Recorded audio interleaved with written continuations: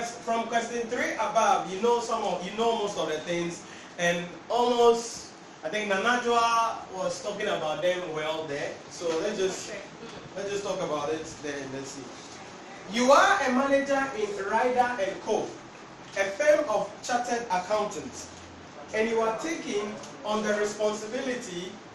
You have taken on the responsibility for providing support. Okay. I hope you were discussing or you were talking. What were you doing? So Ryder Co. has recently recruited a new audit junior, Sam Tyler, who has come across several issues in his first few months at the firm, which he would like your guidance on. What is the word? He wants your guidance on. It means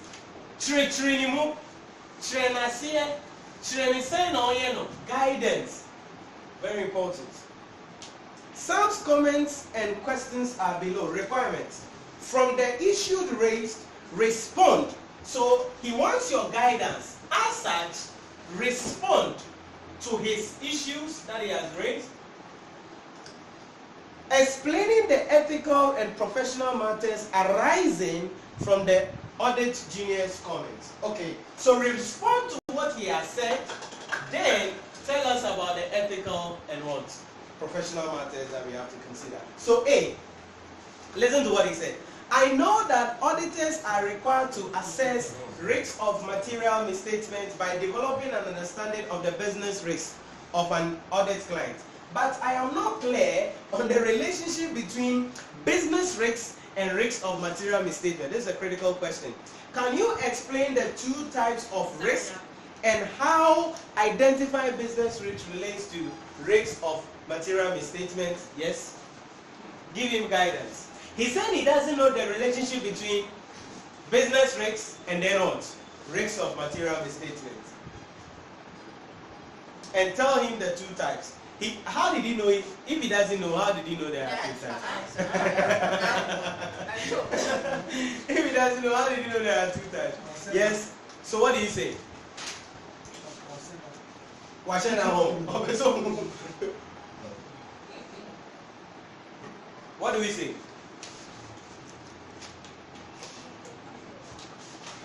Yes, I'm listening. What do we say? Oh, those who wrote saying. Now, didn't you write? I didn't write it. So BC, you can talk. What did you write? So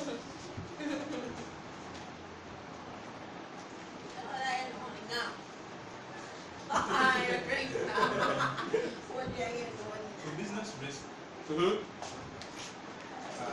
The uncertainty surrounding the operations of an organization, which will have impact on the financial statement. Okay. So it can be in three forms: financial risk, operational risk, and compliance risk. Okay. Okay. That's true. So, So let's approach the question in a professional manner. That means that I don't know. Two. Can you enjoy two? I want to take on something like that. So if somebody will take one.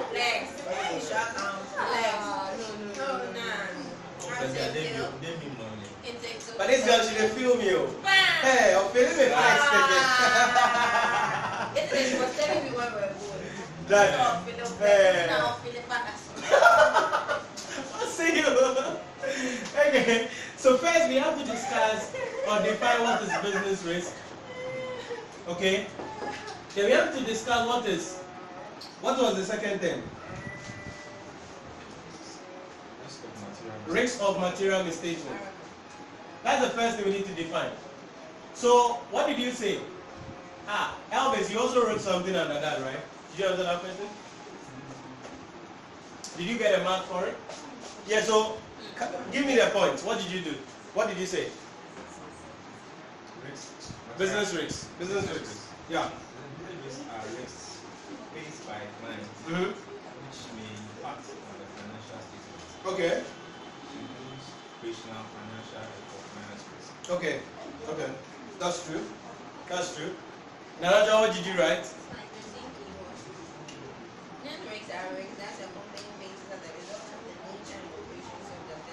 Okay. This could include operational risks like losing a major employee, and financial risks like the company being hygiene, and compliance risks like the penalties the company is will have to pay as a result of non-compliance of laws or regulations.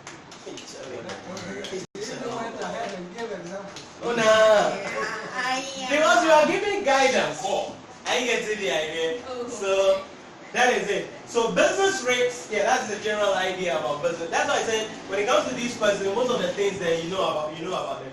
So that's business risks. And what is risks of material misstatement? What's the risk of material misstatement?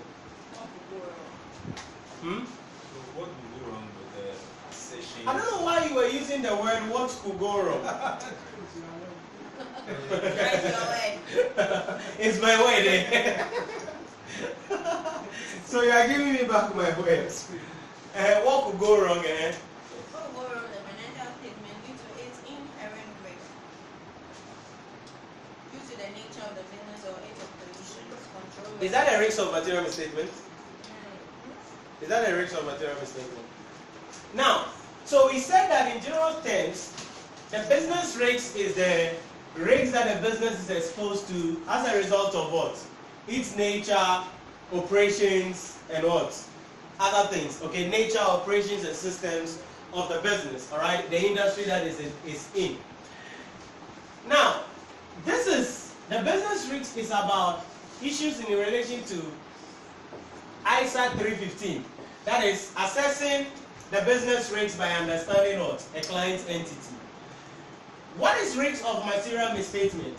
Now, the risk of material misstatement in a whole is simply a risk that the financial statements taken as a whole, all right, may contain errors prior to the carrying out of the audit, and as such, the auditor's audit opinion cannot be able to what?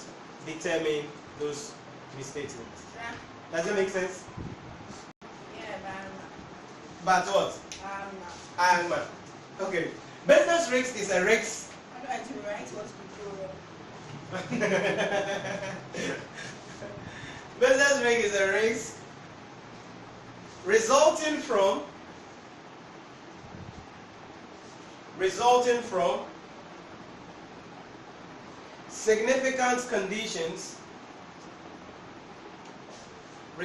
from significant conditions nature of business or processes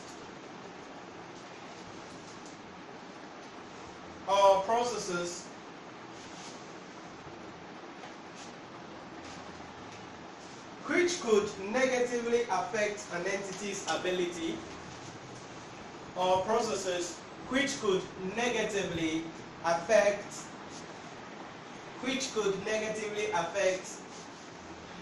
an entity's ability to achieve its objective.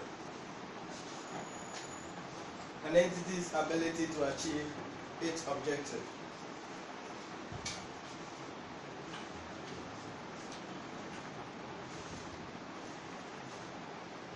They include, like what you said, right? Control risk, financial risks, and compliance risk, financial risk, and then operational risk. So the three.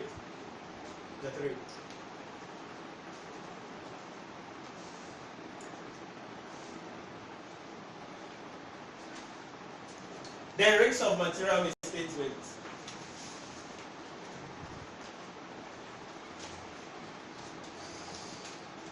Risks of material misstatements. This is defined as the risk that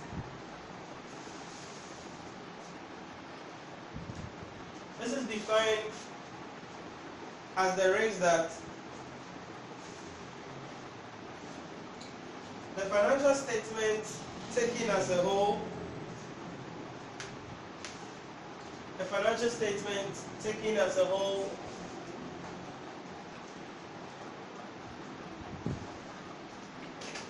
statement taken as a whole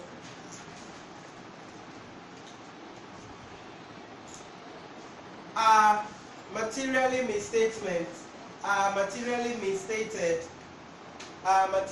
misstated prior to the audit. Are materially misstated prior to the audit. Are materially misstated prior to the audit. And as such, the audit procedure by the audit may not be able to detect these misstatements. And as such, the audit procedure by the auditor may not be able to detect the misstatements. May not be able to detect the misstatements.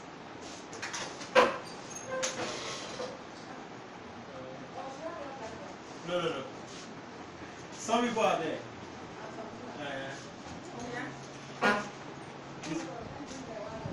Yeah, that was why I came up. Is that? So outside the audit, could it be that we did be an analysis or try to know what that for more sure? What that for? Like what's now one is here, you're not that for not. Have you would they examine it like the related stuff? You tell them you are feeling pain too You much. don't sit on the floor. You don't sit, you lie, then you You lie write on the floor, then you write Do the parallel form. snap up and then get back. That's weird. Why? What's good with you? With cheer, yeah. I don't know why this came to my mind. What they did with cheer me and I'm Interesting. Alright, so business risks is like that. Risks of material misstatement simply means that the financial statement may contain some errors. But then it doesn't end there, because the guy is asking us that how does it relate? Okay, what's the connection? Why? Because when we understand the business risks, this will enable us to what? Determine the risk areas, to be able to determine what could go wrong, right, in the financial statement. So the what could go wrong thing should not just appear in your definition like that. It should appear in the what? The linkage. So the relationship between business risks and risks of material misstatement is that when you know the business risks of the entity, then it will enable you to what? Assess the risks of material misstatement by saying or looking at what could go wrong in the financial statement. So that is the first thing we can do about that. Now, when it comes to risks of material misstatement, there are two types there. We have, that is the audit risks, okay? The risks of material misstatement is the same as the audit risks, which is the inherent risks and the control risks. Are you okay? Inherent risks and control risks. Now, inherent risks can be in two forms. That is, no, did I say inherent and control? Detection, rather. So that inherent risks will be in relation to control risks, and then, what's the last one?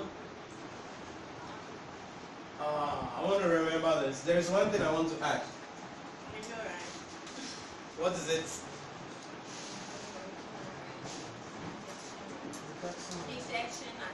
So inherent risks, control risks, and then what? Detection risks. The auditor does not have control over these two, true or false? True. Because these are part of what? The business risks. So the auditor must design the audit in such a way that he will reduce the detection risk to an acceptably low level so that he can reduce the audit risk to what? An acceptably low level. So that is the thing that we can talk about in relation to that. So that was the A aspect. Talk about business risks, talk about the risks of material misstatement, and then how they are related. So when you know the business risks, you can know the risks of material misstatement on what could go wrong about the entity.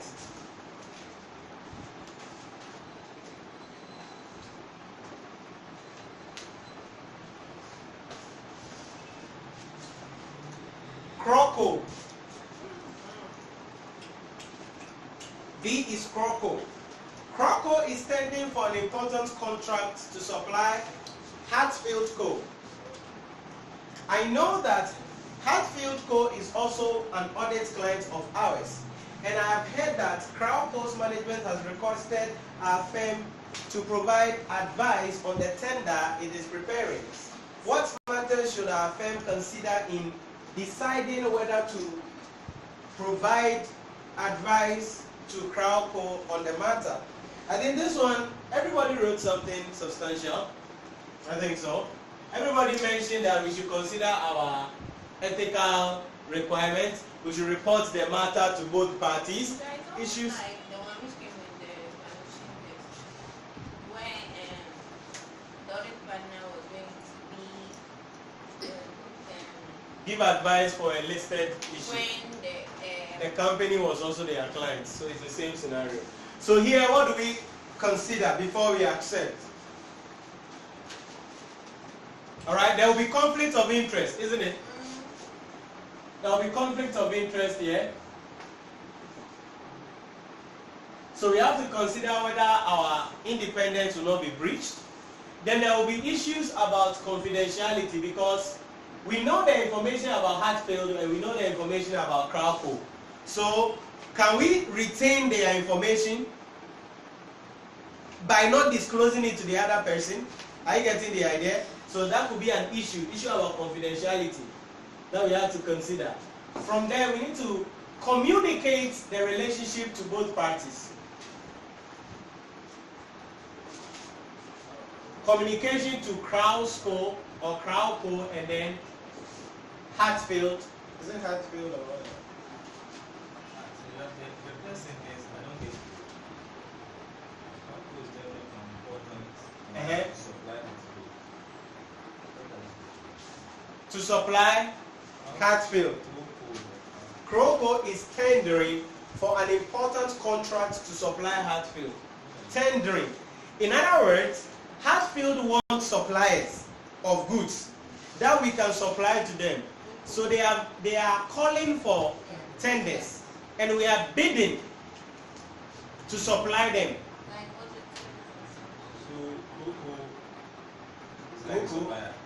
Coco. Yeah, Coco is the supplier.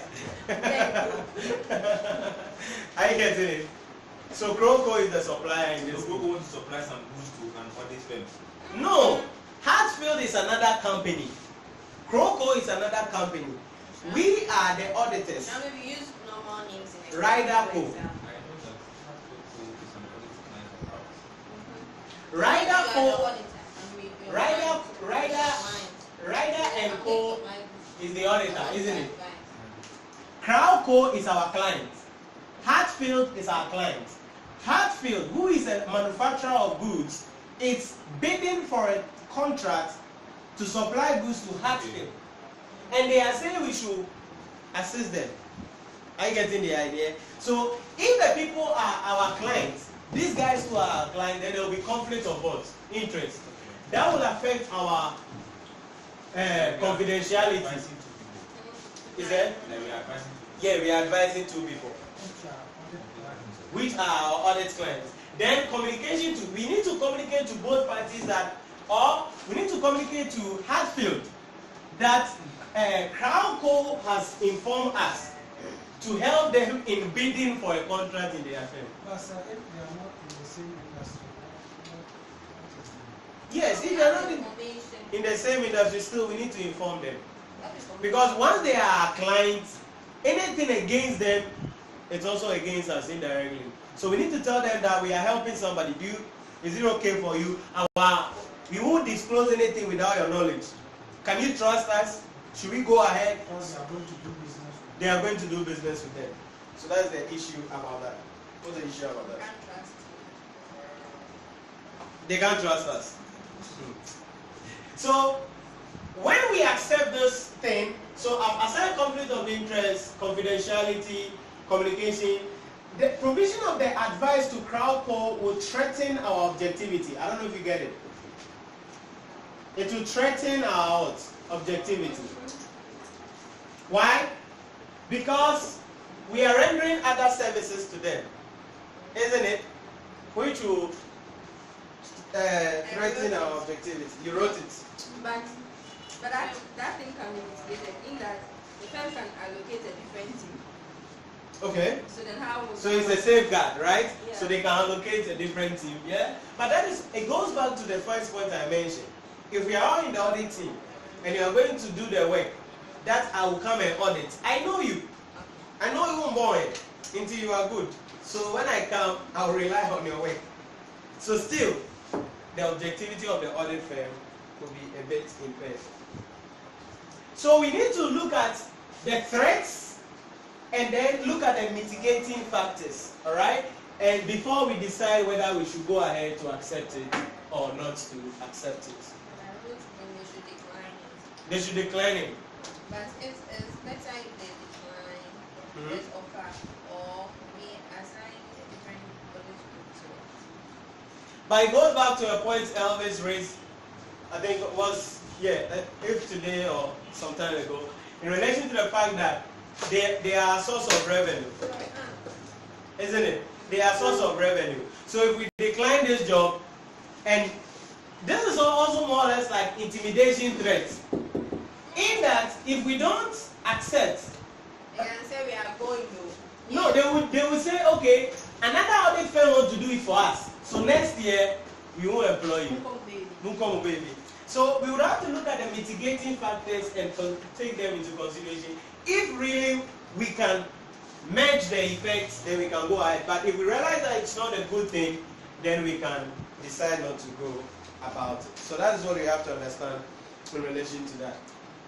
So the question was, what matters should our firm consider in deciding whether to provide Calco on the tender? So we have to consider the conflict of interest, confidentiality issues, communicating to both parties.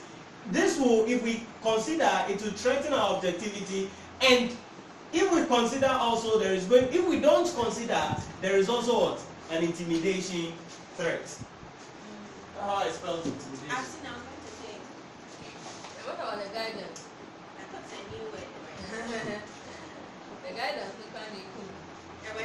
Anyway, The guidance. hey, guidance. It's not the guidance. I'm here to writing. I'm giving you. Hey, ready? Look how they do. And look at the cool. There's a what giant to us, Anna. Say, Me feel. So we are to be the lawyer. Obia always a teacher number. Okay, Mate, only seven boy. Okay, so that's it about that. That's it about it. So, in this case, what suggestion are we going to make? We are making suggestion that they should look at the threats and the safeguards. If the threats are more than the safeguards, then they should decline the offer. But if the safeguards are more than the threats, then they cannot accept the offer in relation to that.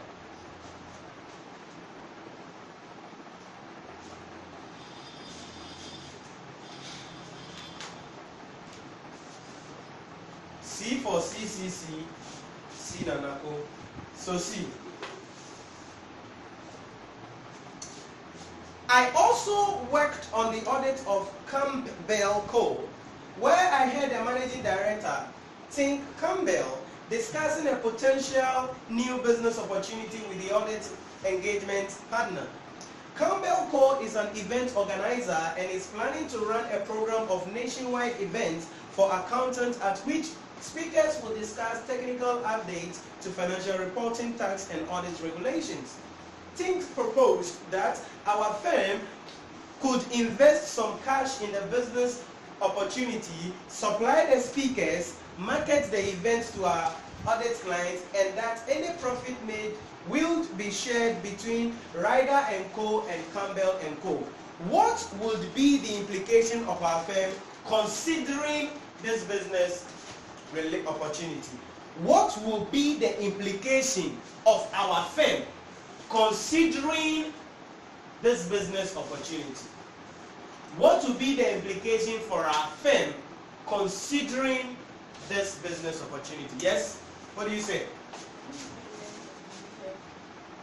What?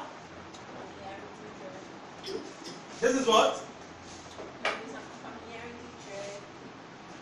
You don't just start like that. What will cause the familiarity traits? Now they'll become business partners. Okay. Due to that, they'll become familiar. So we will need to familiarity. So investing some cash into Campbell Co., all right, creates a business relationship, isn't it? Which leads to what? Familiarity threats. Gotta be careful about that. Familiarity threats. Familiarity threats, and then what?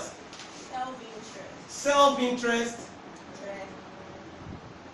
Which will lead to an impairment on our independence. That's right. Are you getting the idea? People are mixing things up. Impairments, but Desperate. I want to have a results. It is not impaired. It's not impaired. The value is higher than the carrying amount. So you don't impair. Is that? Okay. So that's what we do. So how do we start a solution? We start a solution that investing some cash into Campbell Co., right, creates a business relationship, which results into familiarity threats and self-interest what? Threats. You get the idea? You get how we are answering the question. So that's how we're going to state it in relation to that. But beyond this, what is the implication to our firm? Aside the familiarity threats, aside this, and the fact that our independence will be impaired, what else? There is also an intimidation threat here. I don't know if you smell it. Yes. Why? How? And this idea, like most of you knew it, so like you knew the idea. It wasn't complex. It wasn't magic. So like you were able to write out. Yes, what do you see in intimidation threats? If Rider Co. does not do the investment, what will happen? They will invite another audit firm to come and do the investment, which means next year, Yenko. So that is the idea about what we can talk about in relation to that. Self-review threat. Self-review threats. Now that they are business partners. And we are their auditors, correct? Try So to help them. it will be there. Accountable, so that your other business never sound.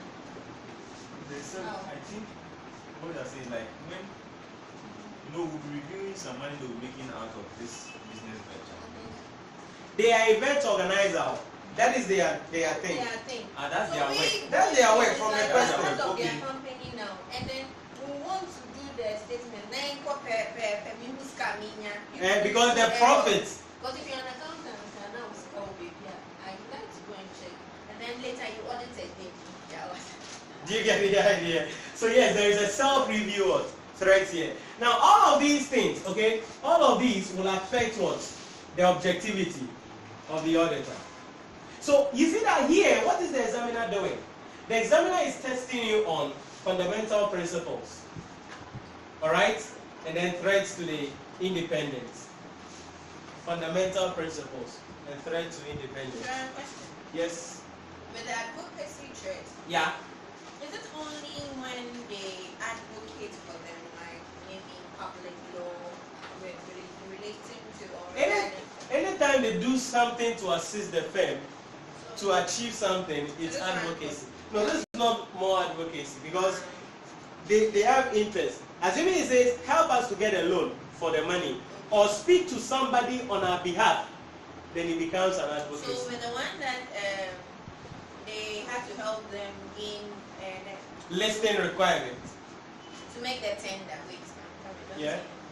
to make the tender, if they had said, if you help us get it, we'll give you this, would it have been advocacy? But they know that we can help them. Yeah. Yeah.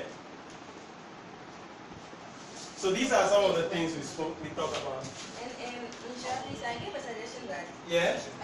instead of the auditors investing in the company, Yeah. maybe they can provide assistance by participating in the program.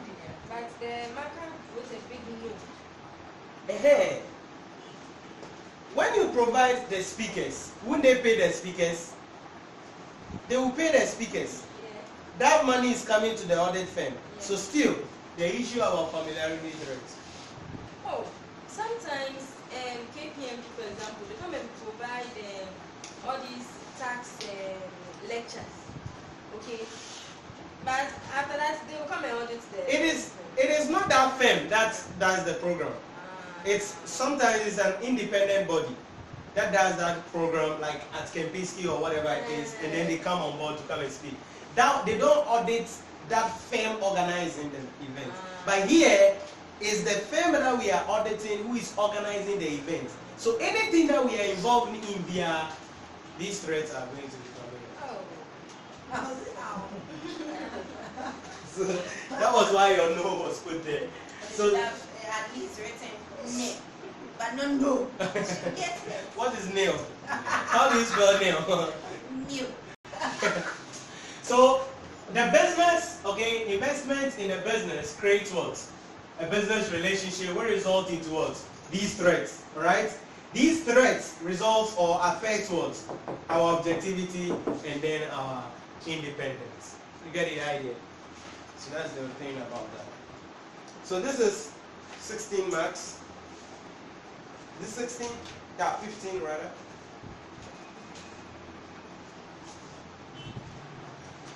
Last one there.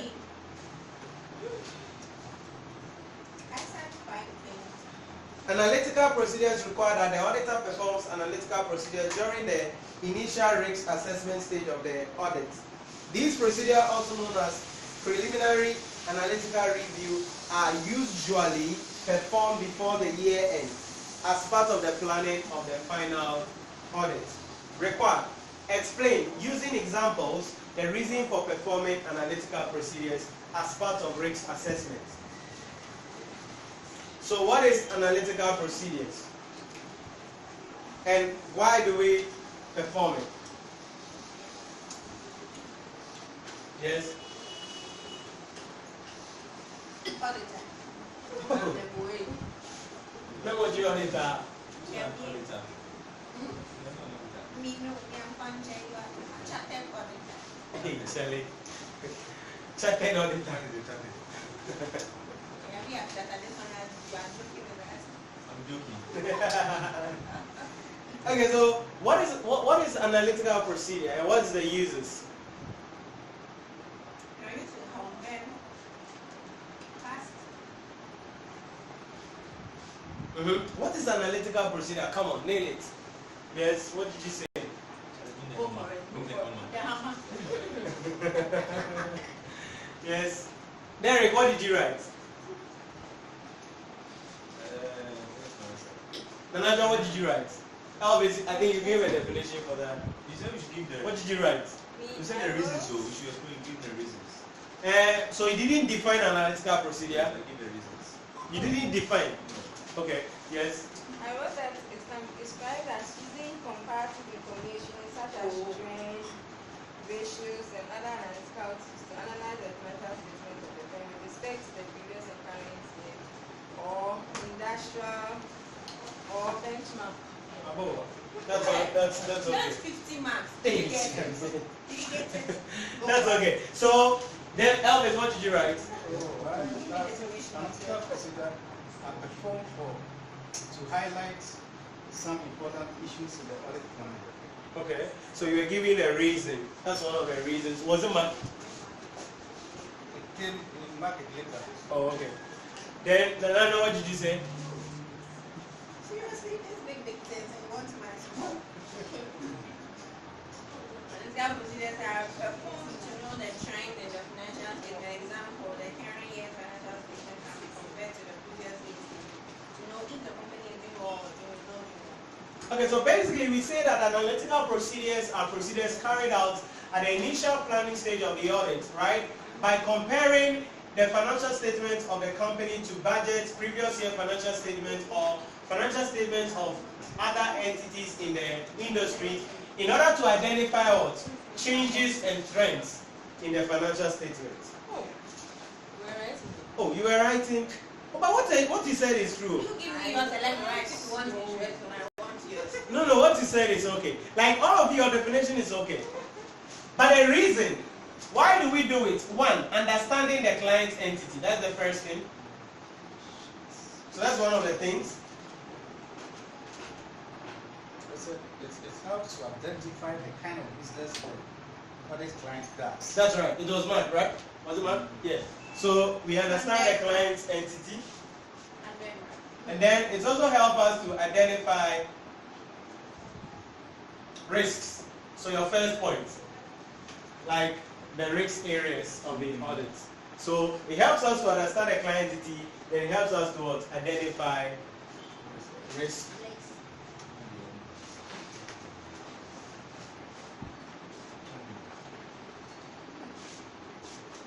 So that's the reason.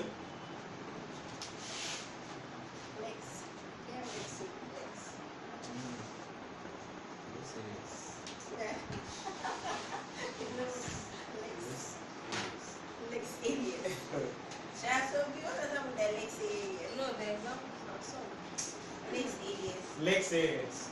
Yes. Some of the lex areas. Using examples. Or examples, they say, what example did you give? I also have examples in my mind. What example did you give? Comparing your financial statement to previous year financial statement, and compare budgets of the company to forecast and about the payment to a lot. Oh, be specific. To compare forecast cash flow to present cash flow. That's too general. The example could be that, right? You calculate the current year profit margin, because remember we said we're using ratios and other preambles, right? So you calculate the current year profit margin, right?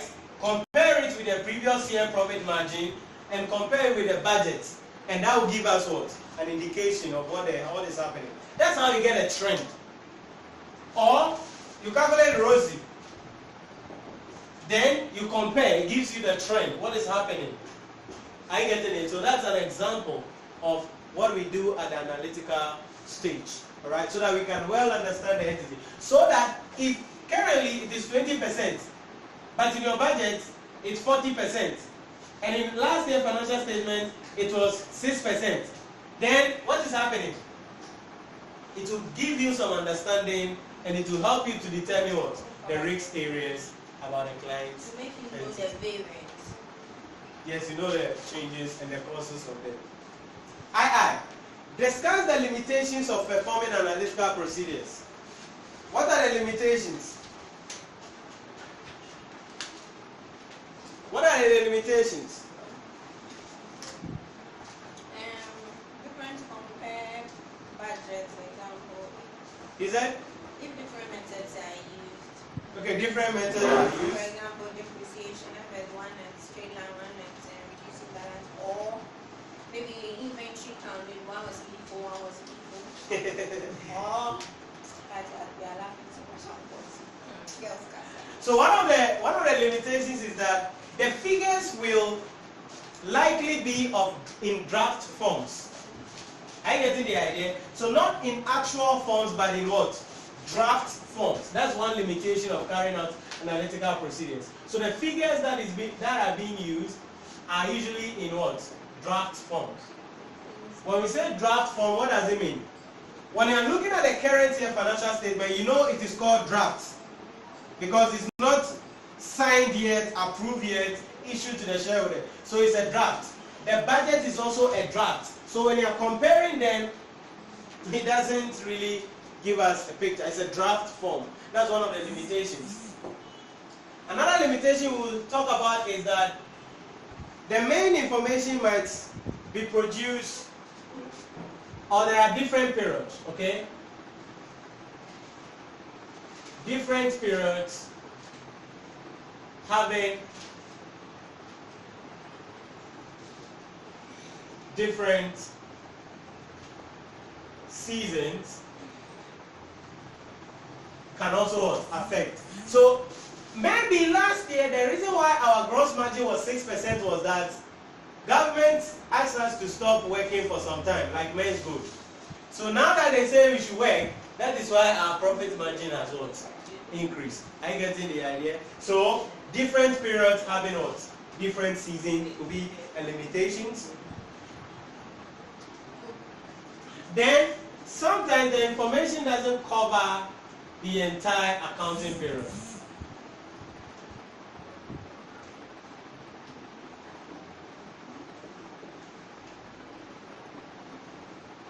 The entire accounting period. So when you're doing analytical procedure, you see, you start the audit somewhere around July or somewhere around August, depending. If the year ended is December. So at that time, if you are doing this kind of analytical procedures, the financial statement is not for the whole year. It's just for the middle of the year that you are using in making your analysis. That could affect you in relation to that. Finally, I will say this. It can be time consuming. Can be time consuming, yes, we can say that. We can say that. But even though it's a time consuming, it is key of the audit. That is why if we say it, then we are limiting ourselves. I hope we are getting the idea. Yes, it is time consuming, but it is key of our audits as auditors. Finally, this one, the answers I got, I loved them when I was reading them through. Explain the difference between overall audit strategy and audit plan. And people wrote things. What is audit strategy and audit plan? Quick, let's not spend time on that. Audit strategy and audit plan. Set out the general terms. Which one? The audit strategy. Set out general terms for the guidance of the audit. Set out the general terms for the guidance of the audit. And then the general work. Okay, then the audit plan. The plan includes detailed audit planning and tailored audit procedures. Detailed audit plan, tailored audit procedures. So in a nutshell, the audit strategy is the procedure, right? Or the approach that we're going to be using for the audit. Then the audit plan is the detailed requirement for the audit. Isn't it? Yes. So that is the difference. Do you know what I said? What did you say? Overall audit strategy looks at the entire audit assignment from planning stage to the reporting stage. This includes the process of allocating resources, team assignments, engaging the management, and anything that borders on the assignment. 90%. But the audit plan is an integral portion of the total audit strategy. It's true. Yes, It's true. It's correct. 90%. It's true. Because because the plan is in the strategy. And the strategy is how we're going to be allocating all of these things. Alright? So we say the audit strategy is what? The procedure or the approach of the audit, while the audit plan is the detailed requirements of the audit. Alright? So the plan gives us. So if the audit plan is the detailed procedure, how is it found in the strategy? They are together because it's based on the strategy that you design a plan. Are you getting the idea? Based on the strategy, okay, based on the risks of material misstatement, I will do A, B, C, this person will do this. So based on that, then you now write out the plan. I got a full mark, not how. But audit strategy involves the scope, time, nature of the audit. That is how it will be undertaken and the time frame. Challenge your man full mark. That's true because when talking about audit strategy, if you check my book on audit, audit strategy, we spoke about the timing of the audit, the scope of the